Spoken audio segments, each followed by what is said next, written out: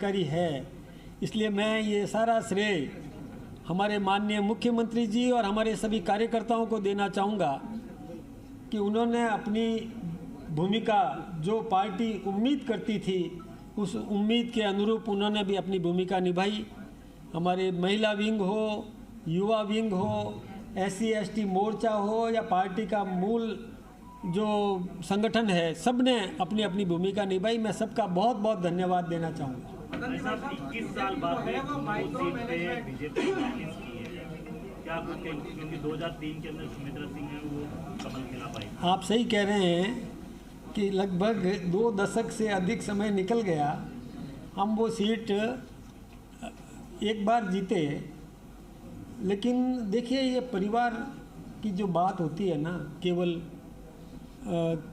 और केवल सीमित कर देना वहीं तक, और दूसरा उन्होंने कोई विकास नहीं किया वहाँ पर समाज को तोड़ने का काम किया था।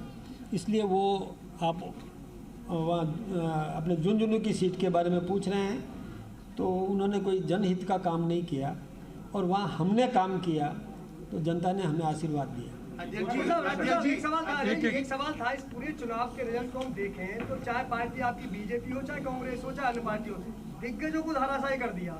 चाहे आप झुंझुनू में ओला को ले लो, खीमसर में हनुमान बेनीवाल को ले लो, चाहे आप रामगढ़ में जुबेर खानदान को ले लो, या अभी अगर दौसा का परिणाम ये रहता है किरला मीना को ले लो, क्या संदेश है ये जो बाहुबली? वैसे दौसा को अभी मत जोड़िए, रिकाउंटिंग चल रही है, उसका परिणाम आने दो, उसके बाद ही अपन दौसा के बारे में बात करेंगे। लेकिन ये बात तय है कि किसी को भी बाहुबली बनने की कोशिश नहीं करना चाहिए।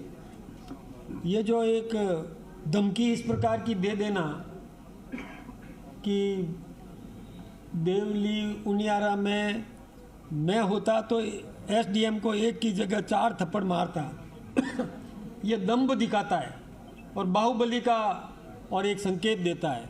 राजनीति में बाहुबली या भुजाओं के बल पर जो कोई दूसरे को परास्त करना चाहता है, ये कुश्ती का मैदान नहीं है। यहाँ नीतिगत निर्णय होते हैं, नीतियों से युद्ध होता है, दिमाग से काम लेना पड़ता है और सेवा करना पड़ता है।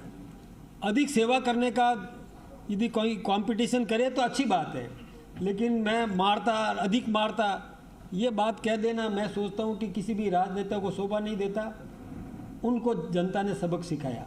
एक छोटा सा क्वेश्चन है, आपने 5 सीटें जीती, बात बजाई, सब कुछ है, लेकिन क्या लगता है कि 84 में आदिवासियों के बीच आप सेवा नहीं कर पाए? क्योंकि सेवा के दम पर अगर 5 सीटें जीत पाते हैं तो क्या लगता है कि 84 में आदिवासियों के बीच में पार्टी सेवा के कार्य नहीं पहुंचा पाई?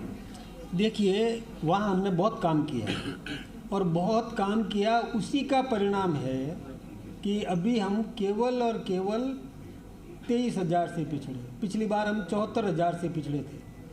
कोई बात नहीं, हम और सेवा करेंगे और अधिक सेवा करेंगे, उस इलाके में भी अपना वजूद कायम करेंगे और हम वो फिर से चुनाव जीतेंगे।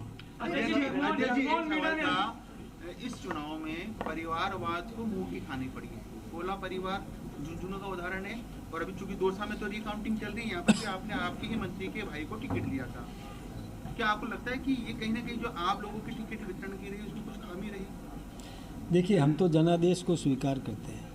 हमारी बात में तो बहुत साफ बात है कि हम ये पूरा प्रयास करते हैं कि सेवक को अवसर देते हैं, लेकिन बाकी तो मठाधीश बन करके बैठे हुए थे। दौसा में हमने देखिए कई बार सवर्ण को भी टिकट दिए, लेकिन चुनाव होता है और चुनाव में जन अपेक्षा हम पता कर लेते हैं पहले, और पहले हम भी गए इलाके में, हमने दौरे किए।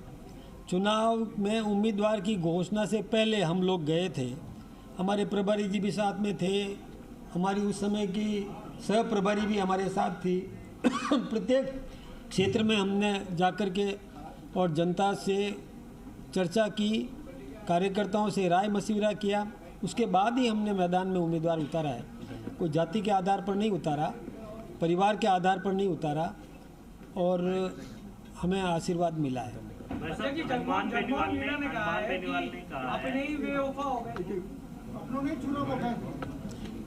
अब ये उनका किसके प्रति था, अब उनको किससे उम्मीद थी, ये तो वही बता पाएंगे, मुझे नहीं मालूम इस विषय पर, और मैं कोई ऐसी बात कर भी नहीं सकता।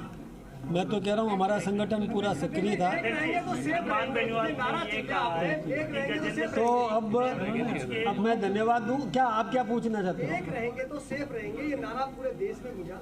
जो उत्तर प्रदेश से नारा शुरू हुआ, महाराष्ट्र में गूंजा, आपके राजस्थान में गूंजा, क्या इसका असर पड़ा? क्योंकि विपक्ष ने इसको परिणाम आपके सामने है, पूरे देश का परिणाम आपके सामने है। हाँ, एक मिनट अच्छा विक्ट्री से अपन सब करो भाई।